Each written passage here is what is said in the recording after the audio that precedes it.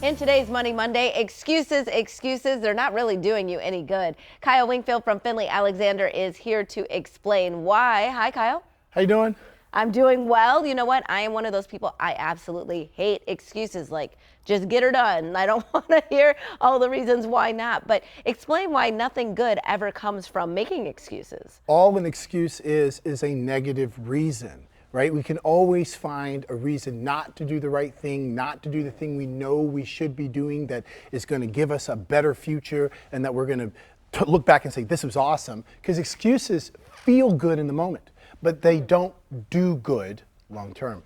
Got it. So they feel good, why? Because they validate our fear a little bit, right? Oh, they validate, okay, so it could be a fear, but it validates the fact that as human beings, we don't like to change, we like comfort. And even if we're in an uncomfortable situation, we don't want to do anything about it, so we come up with a narrative, known as an excuse, as to why we don't need to do anything or shouldn't do anything, or that what we're doing is going to work out. Got it. Okay, so is it possible that we're making excuses and we don't even realize that we are?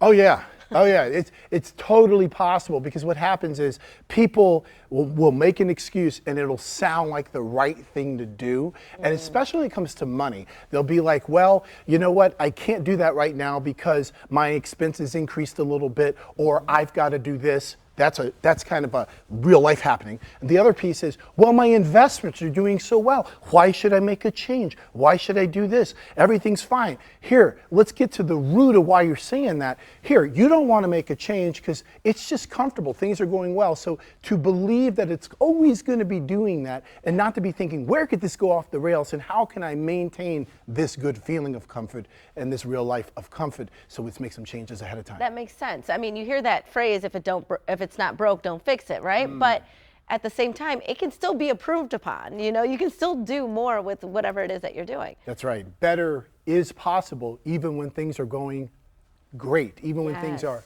outstanding. It's on us to challenge ourselves proactively based on our own choice in a positive setting versus having life come at us and boom, and then inspire us because we're in pain or we're stressed. Oh, well, now I got to make a change. I promise you the change you will make, maybe it'll work. Let me give you an example. Suppose you have a heart attack and now you're like, okay, now I got to work out. Now I got to go to the gym. Now I got to eat better. Hey, why did you have to wait for it to become a heart attack? Why do you have to wait for your finances to get tight? Why do you have to wait for the market to go down and scare you to death?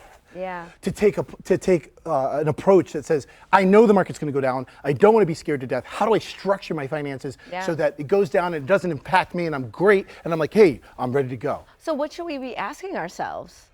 Can I afford to be making this excuse? Because let me tell you something.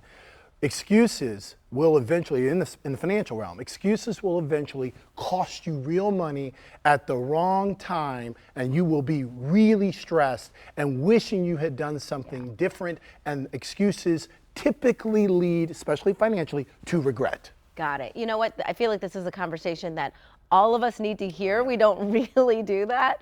And I want our viewers to be able to get in touch with you, because one of the things that I like about having you on the show is that you break down these complex issues that can often be excuses for us not to take control over our financial life. And you break that down, you take away our excuses. So how do we get in touch with you? You can go to finleyalexander.com. And here's the thing, send me an email at hello@finleyalexander.com. I want to hear from them. I want to hear from the viewers and say, hey, here's where I think I'm making an excuse. Exactly. Help me unblock myself. Help me help myself. And I love the passion. I really do, Kyle. Thank you so much for being with us. We really appreciate it. And we'll be right back with more Midday Maryland right after this. Stay tuned.